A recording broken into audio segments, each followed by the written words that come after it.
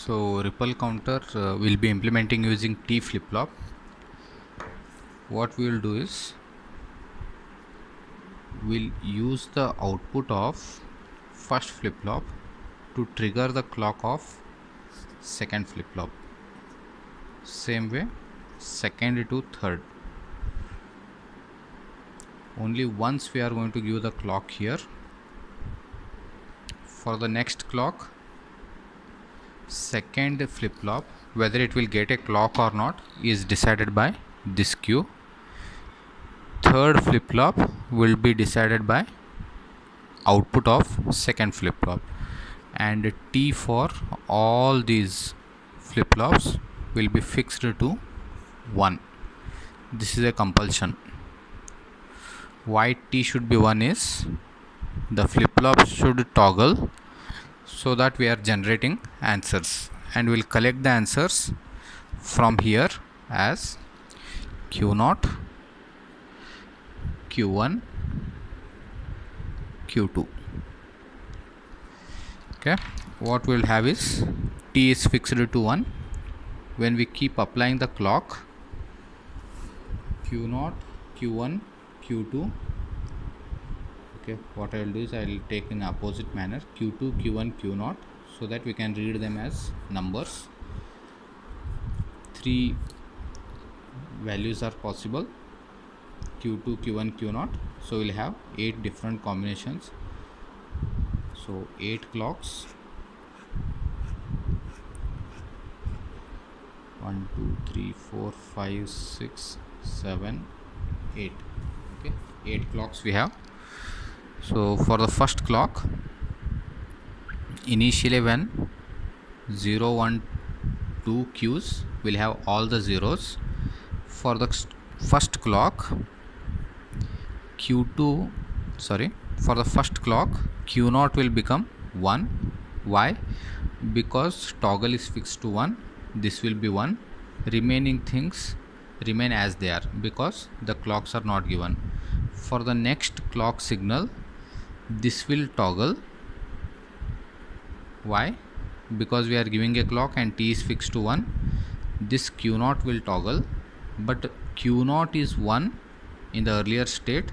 So now this will this will enable the second flip-flop, and as T is 1, Q1 will become 1.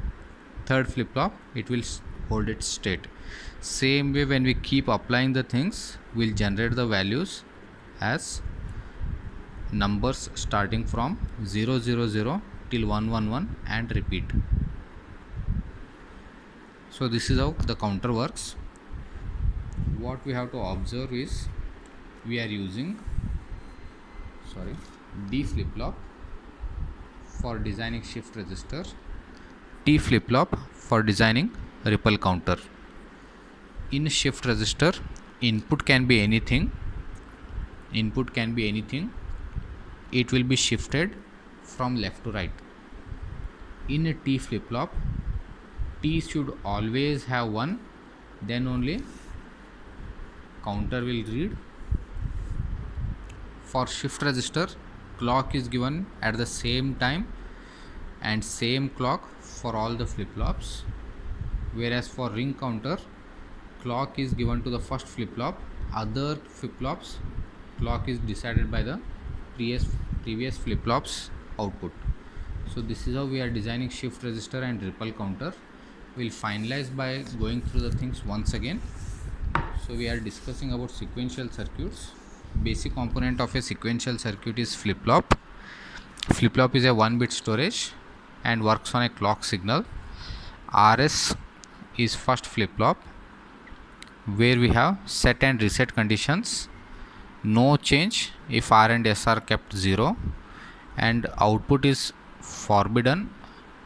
1 and 1 are forbidden because it will drive the outputs into intermediate state or not allowed state, forbidden states. Okay, to overcome this forbidden inputs, we are going for JK flip-flop, which will provide a toggle state if R and S are 1, connected through 2 AND gates called as JK.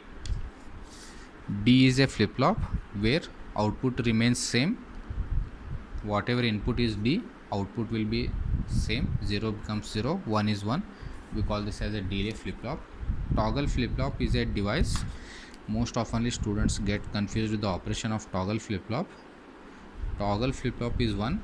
If T is 0, output will remain as it is. If T is 1, if T is 1, output is toggled. So using these two, we have designed shift register and we have designed ripple counter. So what I will do is, I'll use every circuit app which we discuss most of the times, where we will try to implement shift register and ripple counter so that we can understand in a better way. Until then, let me know if you have any doubts. All the best. Happy learning.